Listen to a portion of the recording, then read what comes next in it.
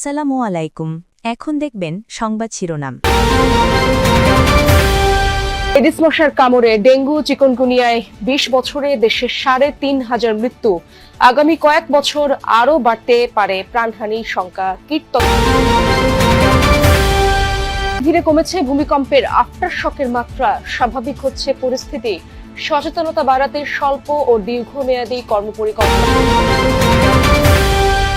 ফুসফুস ও হার্টে ইনফেকশন নিয়ে চিকিৎসাধীন খালেদা জিয়ার রিপোর্টের অপেক্ষায় মেডিকেল বোর্ড। আরো ২-১ দিন থাকতে হতে পারে। বিচার বিভাগ সংস্কারের ফলে ৫ বছরে মামলা অর্ধেক কমানোর আশা। অতিরিক্ত পরিবর্তন এনে দুর্বল করা যাবে না রাষ্ট্র, বললেন আইন।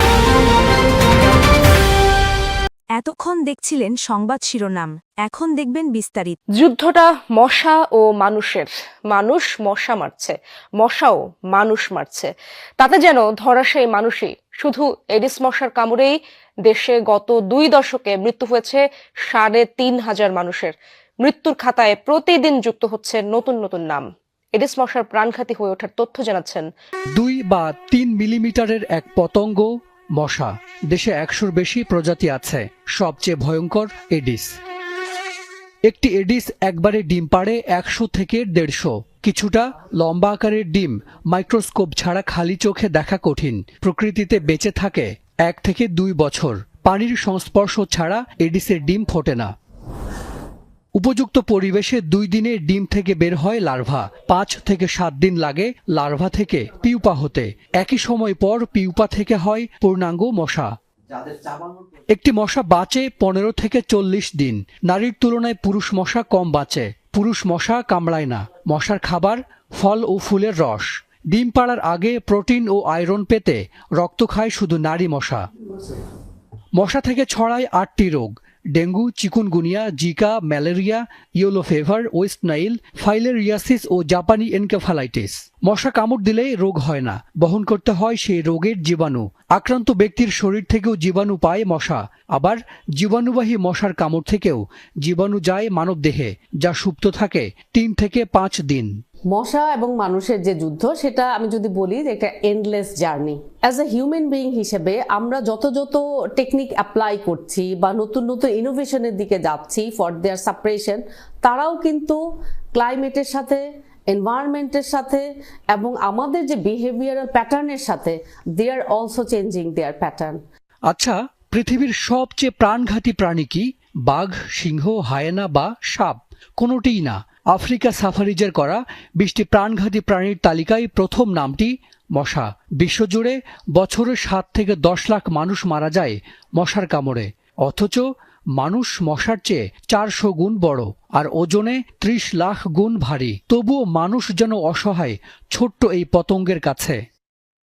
আর বাংলাদেশেও এই মশার কামড়ে এবছর মারা গেছে ৩৫০ জনের বেশি। ২০২৩ সালে এক বছরেই সর্বোচ্চ ১,৭০০ জনের মৃত্যু হয়। বিজ্ঞান আর গবেষণায় মানুষ অনেক এগিয়ে গেলেও মশার কামড়ে মৃত্যু থামানো যাচ্ছে না। পৃথিবীতে আর কোনো পতঙ্গ নেই যে এত বেশি রোগ ছড়ায় একসাথে। মশাই একমাত্র পতঙ্গ যে সবচেয়ে বেশি মানুষের সবচেয়ে বেশি প্যাথোজেন ক্যারি করে বা বহন করে এবং সবচেয়ে বেশি মানুষের জীবন হরণকারী। এদিকে মশা ছড়িয়েছে দেশের প্রত্যন্ত এলাকাতেও। ফলে আগামী কয়েক বছর এডিস মশার কামড় অর্থাৎ ডেঙ্গুতে মৃত্যু আরও বাড়তে পারে। সেই ডাইনোসর যুগের কথা। তখন মশাও ছিল। কালের বিবর্তনে হারিয়ে গেছে ডাইনোসর, কিন্তু এখনও টিকে আছে মশা। আর এই মশার সঙ্গেই এখন যুদ্ধ মানুষের। বৈশ্বিক তাপমাত্রা বৃদ্ধি এবং অপরিকল্পিত নগরায়ন যত বাড়বে, মশা ও মানুষের এই যুদ্ধ ততদিন চলতেই থাকবে। আর তাতে প্রাণহানি বাড়বে মানুষের। বড় ভূমিকম্পের পর মাটির নিচের ফাটল স্থিতিশীল হতে কিছুটা সময় নেয়, আর সে কারণেই হয় ছোট ছোট কম্পন। শনিবার হওয়া ৩টি ভূকম্পনই আফটার শক। এগুলোর মাত্রা ধীরে ধীরে কমতে থাকায় ভূতত্ত্ববিদরা বলছেন পরিস্থিতি স্বাভাবিকের দিকে যাচ্ছে। এখনই বড় ভূমিকম্পের আশঙ্কা কম।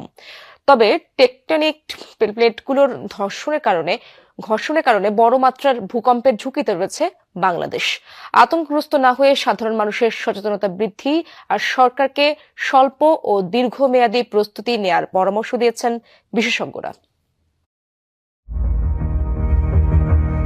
বাংলাদেশ ও আশেপাশে আশঙ্কাজনকভাবে বাড়ছে ভূমিকম্প।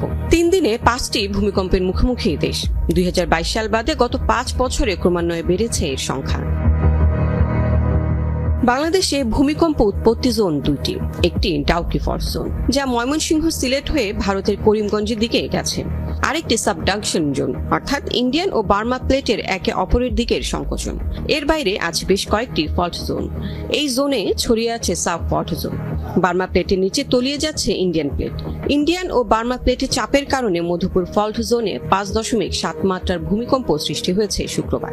শনিবার আরও 3টি কম্পন হয়। 3টি আফটার শক বলে ধারণা ভূতত্ত্ববিদদের। আরও কিছু আফটার শকের সংখ্যা প্রকাশ করছেন তারা। সেগুলো উত্তর দক্ষিণের দিকে হতে পারে। জানান, সাবডাকশন জোনে চাপ জমতে জমতে এমন পরিস্থিতি তৈরি হয়েছে যে কোনো সময় শক্তিশালী কম্পন ঘটতে পারে। ছোট ছোট ফল্টগুলোতেও আর্থকুয়েক সংঘটিত পারে। তো এই ফল্টগুলো যদি আর্থকুয়েকের ইপিসেন্টার হয়, তাহলে যেহেতু এই ফল্টগুলো খুব বড় মাপের নয়, তাহলে এই জায়গাগুলোতে বড় মাত্রা আর্থকুয়েক সংঘটিত নাও হতে পারে। ভালো দিক হলো যে আফটার শকগুলো মেইন শককে অতিক্রম করবে না, সুতরাং এর চেয়ে বড় ইভেন্ট সামনে আসবে না বিধায় আতঙ্কিত হওয়ার কোনো বিষয় নেই। 2-3 দিন গ্যাপ দিয়ে যদি আরো এটা হতে থাকে, তাহলে বুঝবো যে এটা এখন খুবই সক্রিয় এবং ওই যে শক্তিটা বিপুল পরিমাণে ওটা বের হওয়ার চেষ্টা করছে। তো এটা হচ্ছে আমাদের জন্য, সেই জন্য সতর্ক থাকতে হবে। কিন্তু প্রেডিক্ট করতে পারবো না যে কখন আর্থকুয়েকটা হবে। আমরা ফোরকাস্ট করতে পারি যে হ্যাঁ, এই এলাকায় আনুমানিক এরকম সময় আজ হতে পারে, আগামী 50 বছর পরেও হতে পারে, তাই না? কিন্তু এটা হতেই হবে, এই ভূমিকম্প হতেই হবে, শক্তি বের হতেই হবে, এর কোনো বিকল্প ব্যবস্থা নেই। ভূমিকম্প প্রবণ না হলেও ভূমিকম্পের শীর্ষ ঝুঁকিতে বাংলাদেশ, এর মধ্যে ঢাকা উচ্চমাত্রার ঝুঁকিতে। তাই আতঙ্কিত না হয়ে সচেতন হওয়ার পরামর্শ বিশেষজ্ঞদের। সমালোচনা করেন ভূমিকম্প নিয়ে সরকারের নিষ্ক্রিয়তার। উৎস কোথায় এটা জানতে হবে এবং ওই উৎস থেকে কি পরিমাণ ভূমিকম্পের শক্তি, মানে কি রিক্টার স্কেলে কত বেরোতে পারে এবং তার ফলে ভূপৃষ্ঠের উপর ঝাঁকুনি কেমন হতে পারে, এইগুলা বিবেচনা করে আমার চাইলে ওই বিল্ডিং কোডটা করতে হবে। আমি সোফা সেটের নিচে চলে যাব বা বিমের নিচে যে দাঁড়াবো, বা দুটো দেয়ালে কর্নারে দাঁড়াবো, ভারী জিনিস আলমারি যদি থাকে সেখান থেকে দূরে থাকবো। ভূমিকম্পে বেশি প্রাণহানি ও ক্ষয়ক্ষতি হয় ভীতির কারণে। প্রকৃতিকে নিয়ন্ত্রণ করা না গেলেও জানমালের ক্ষতি কমাতে সচেতনতার বিকল্প নেই। নিবিড় পর্যবেক্ষণে থাকা খালেদা জিয়ার শারীরিক অবস্থা অপরিবর্তিত রয়েছে। পরবর্তী সিদ্ধান্ত জানা যাবে রাত 8টায়। বিএনপি চেয়ারপারসন ও সাবেক প্রধানমন্ত্রী খালেদা জিয়ার হার্ট ও ফুসফুসে ইনফেকশন হয়েছে। হাসপাতালে চিকিৎসকদের পর্যবেক্ষণে তার চিকিৎসাও চলছে। গতকাল তার বেশ কিছু টেস্ট করানো হয়। কিছু রিপোর্ট পাওয়া গেলেও বাকিগুলোর জন্য অপেক্ষায় চিকিৎসকরা। সব রিপোর্ট পাওয়া গেলে শারীরিক অবস্থার আপডেট পাওয়া যাবে। রোববার রাত 8টায় এভারকেয়ার হাসপাতালে ভর্তি করা হয় খালেদা জিয়াকে। তিনি বিশেষজ্ঞ চিকিৎসক অধ্যাপক শাহাবুদ্দিন তালুকদারের তত্ত্বাবধানে আছেন। বিএনপি চেয়ারপারসনের জন্য মেডিকেল বোর্ড গঠন করা হয়েছে। বোর্ড সদস্যরা জানিয়েছেন, গত কয়েক মাস ধরেই নানা ধরনের শারীরিক জটিলতা দেখা যাচ্ছে বিএনপি চেয়ারপারসনের। জুলাই